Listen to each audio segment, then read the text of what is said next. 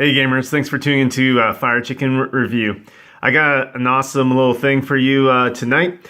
Well, tomorrow it's the eve of KeyForge pre-release. And I was lucky enough that I'm going to be the one demoing the game locally in my area tomorrow at my store that I go to.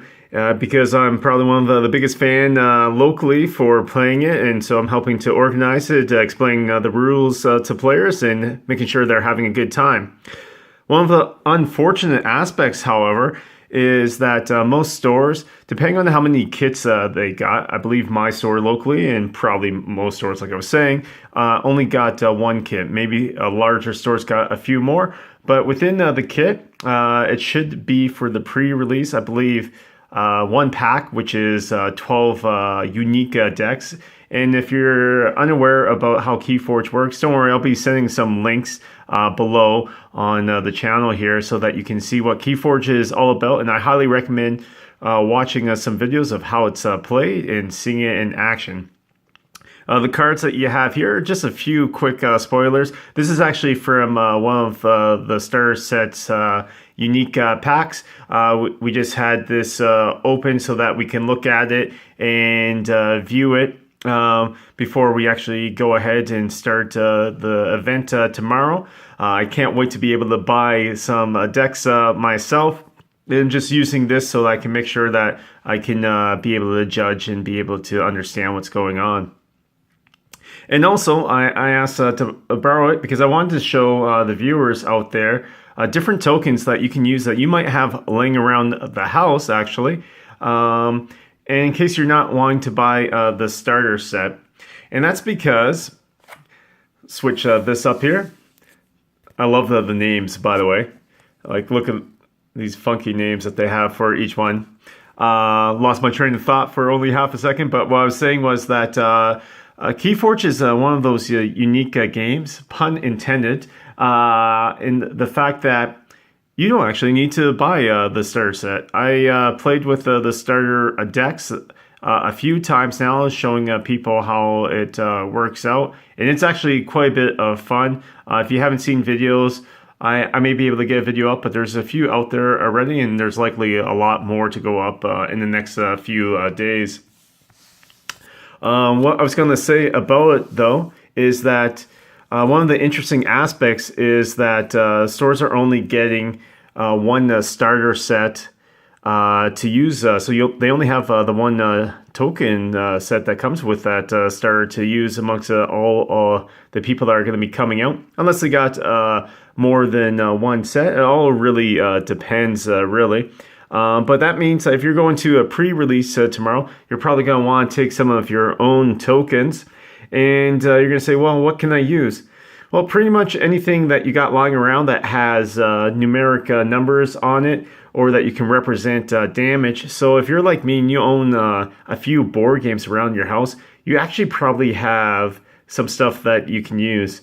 The first one I want to show you is one of my favorite just fun games. And actually, when I'm thinking of KeyForge, another game that I think of that comes to mind, show you real quickly here, is, that's right, Smash Up. If you haven't played Smash Up is a really cool game.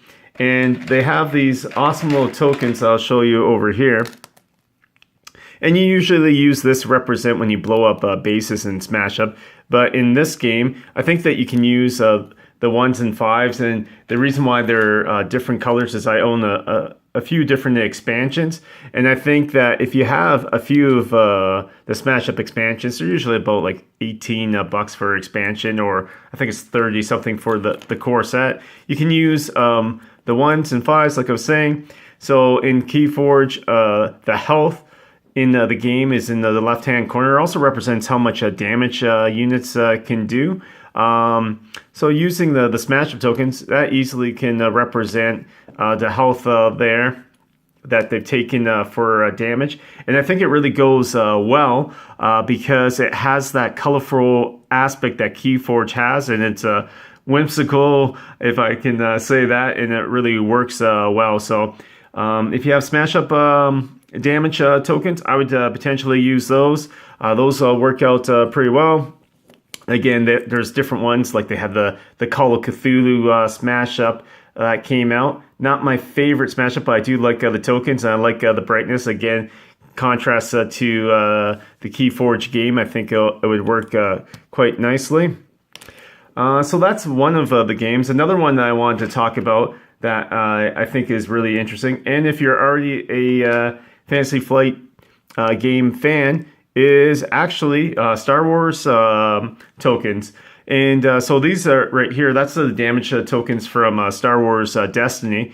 And there's actually a lot of players that have way too many of these. Actually, I think I still have some in the wrapper because you never really use all of the tokens in the game, or you replace it with third-party source acrylic tokens, like these ones that I got myself. So you get these. And speaking about third-party sources, you can say, hey, this guy has 3 damage. And if you're using the Star Wars Destiny tokens, I think these are a great way to represent shields. So what is on this character, again, if you're not familiar, is that he has 4 health. He also does 4 damage, and he has 2 shields. In this game, shields regenerate at the end of every turn. So something cool that you could actually possibly do if you are using custom shield tokens like these Boba the Fett helmets, you can actually say when a character attacks. So let's say this character up here, this Ember Imp, attacks my character over here. He does 2 damage, as you can see here, and all I have to do is remove 2 shields to represent that he's done 2 damage, so that I know when the next character hits me, he'd actually take on whatever the full amount of damage is. At the end of the turn, if my character's still alive, I could just put those shields back. I think that is it's a little bit of extra work, but if you're trying to remember, especially when you're first playing the game, it's like, oh, does that character have shields? Hey, yeah, his shields come back at the end of the turn, so you can just have it regenerate. Interesting enough, I would have liked to have seen shield tokens in the starter set, but there is none that I'm aware of. I haven't seen the starter tokens fully. I've seen images and I've seen people play through it, so I'm fairly positive that there isn't. But there's going to be some third source ones. And if you want, you can use these tokens here. Or if you just have the cardboard ones that come with Star Wars Destiny, this is what the cardboard ones look like. And I think I'm obviously showing a character that this looks the best on. But I think that looks great there. Again, using the damage. Here, if he had 4 damage, he would actually be dead. But that's just using an example there. So that's the Star Wars Destiny one, which a lot of people play. And you could actually, if you have some friends out there, they probably would give you the tokens for free, to be honest, because if they're like me, they probably have too many of them. Before Star Wars Destiny came out, there was Star Wars the Living Card game. So showing another set of characters, just so you can get some spoilers while I'm talking about this as well. In the Star Wars The Living Card game, they were a little bit clunkier. I don't like these ones as much, but you know, it's still nice big numbers. Again, if he had 4 damage, he'd be dead. So let's move this over to him, and let's put the one over here. And they also had activation tokens, which looked like these here. So this was an activation token. In this game, however, your characters can be stunned. So if you were to use these you could use these easily to represent that your character was stunned. So just placing it on and saying, hey, my character was stunned. This character is stunned. And what stun means is that when you activate that house, when you activate that character as well, you just remove the stun token instead of reaping or fighting with that character. So that's another option, is that. Again, I'm just showing some examples. I think there's a lot of options out there. If you want to go a little bit more of a darker theme, let me get all my dis characters, or creatures I should call them, in this game. If you want to go a darker theme, again, because I have way too many Fantasy Flight game stuff, hey, maybe you just want to put a little heart damage on here to show that they're bleeding out. it's Bob's your uncle. It's whatever you want to use as tokens. I think this game is going to be a little bit more lighthearted than some other Fantasy Flight's games out there. And so using tokens to not only make your deck, buying a unique deck, but now you can say, hey, I'm going to flare up my game and just use tokens that show who I'm about, right? So you can show off some damage tokens as long as your opponent understands and can comprehend how your tokens work. But most of these are pretty simple. Seeing the damage on there looks pretty cool. So that's another option. Another thing I want to show you, I'm just looking down my list of things. Yes, one of my favorite games, Sentinels of the Multiverse. It's made by a different company. I highly recommend checking it out. It's a great co-op game. And that game is also very colorful. It's about just generic comic book characters that are basically ripoffs of all your favorite characters like the Flash, Superman, Batman, all that good stuff.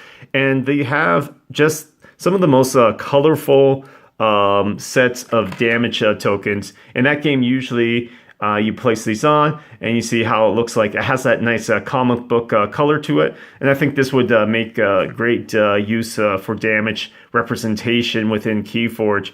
So get rid of this house. Let's go with a little bit more of a fun house again. And let me pull some different cards out so that, you still get some spoilers while you're looking at this. Yeah, let's get that one out, and this character, and yeah, sure, two of those characters, why not? I'm just throwing some stuff around. So, you're doing the whimsical, you're having that bright aspect. If this character took that much damage, she would be beyond dead. But that being said, yeah, so some of the tokens within the Sentinels of the Multiverse, the 10s, the 25s, that's clearly going to be too much damage for almost anything I think that's out in the game right now. But the 1s and the 5s will work out quite well for the most part. And not only will the damage look really nice, I like the look of the damage here. There's also some additional tokens within Sentinels of the Multiverse, like damage dealt +1.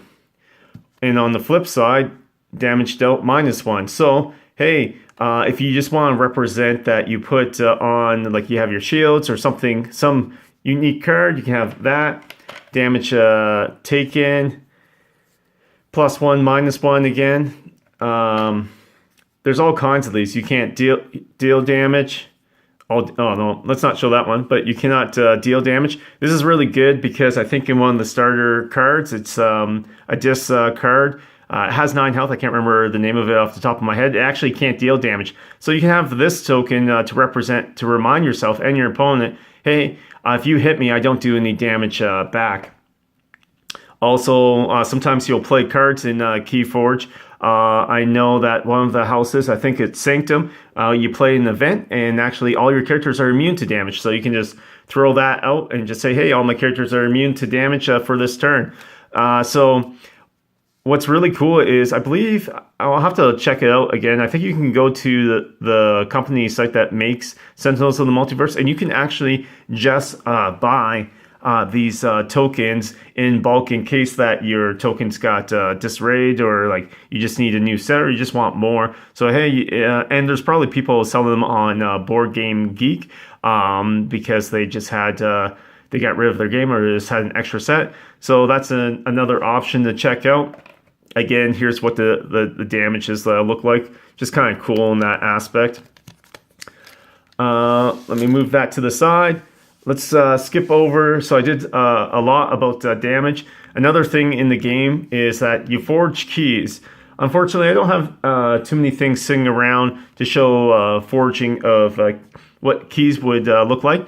I recommend going on to like the Facebook group or Board Game Geek. There's already some cool stuff. People are taking antique keys that they're finding on Etsy and or just around their place, or just going to a antique shop and find these cool little knickknacks that they can use to represent keys in their own way.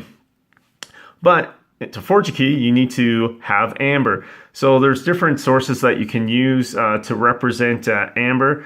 I think one of the biggest things a lot of players are doing right now is that they're going ahead and they're going online and buying these gems here. So I think I picked up 50 of these, and I think they were like maybe $6 Canadian or something like that. Unfortunately, these ones I thought were a little bit too big. I want the smaller ones. They still look really nice, and when you got that light shining on them, they're just plastic little gems. They look super cool. And they actually come in a lot of games, usually in the smaller ones. For example, I have some over here, and these are from my Ascension game.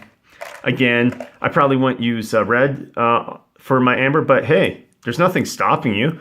And here's the small ones that come in the Ascension games. You know what I would actually probably use these small ones for is that if a character was stunned, I would probably throw that on there.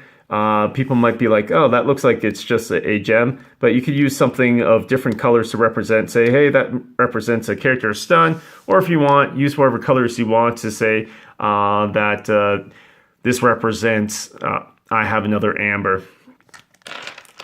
Most players, though, like I was mentioning, are going to use the yellow ones. So overall, that was my quick snapshot of KeyForge and some of the tokens that you can use. Basically, go out there, experiment, and get some stuff that will work for you.